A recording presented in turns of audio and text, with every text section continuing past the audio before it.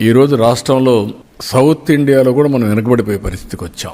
కారణాలు ఏమైనా కావచ్చు, కొన్ని మన చేతల్లో లేవు. కానీ ఇప్పుడిప్పుడు దీన్ని పికప్ చేసుకొని స్ట్రక్చరల్ కరెక్షన్స్ కూడా జరగాలి, ఆదాయం పెరగాలి. అదే సమయంలో అందరికి కూడా మెరుగైన జీవన ప్రమాణాలు ఉండాలి. అందులో ఎంప్లాయీస్ ఎవరైతే కష్టపడతారో వాళ్ళకు కూడా డ్యూ రికగ్నిషన్ ఆర్ వాటా ఉండే పరిస్థితి రావాలి. దీంట్లో వాళ్ళు ఒక మేజర్ స్టేక్ హోల్డర్. అవన్నీ కూడా ఎప్పటికప్పుడు వర్కౌట్ చేస్తాం. కానీ డెవలప్మెంట్ కూడా అదే మాదిరిగా ముందుకు పోవాలి.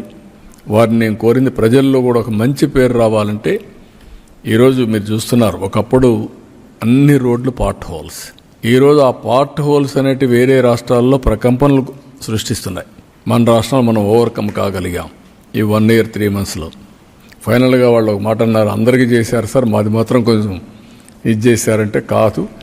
మనం ఈరోజు ఉండే పరిస్థితిలో తప్పలేదు, మీరు కూడా అర్థం చేసుకోమని రిక్వెస్ట్ చేశాం. ఇవి ప్రారంభం, మాత్రం శుభ ఆరంభం.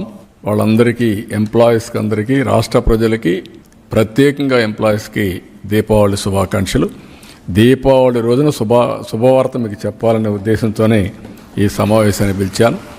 ప్రభుత్వం మీతో ఉంటాం, అందరం కలిసి పనిచేద్దాం. కలిసి పనిచేసి రాష్ట్రాన్ని ముందుకు తీసుకుపోదాం. అదే సమయంలో మీ గౌరవాన్ని కాపాడే విధంగా అన్ని నిర్ణయాలు ఉంటాయి.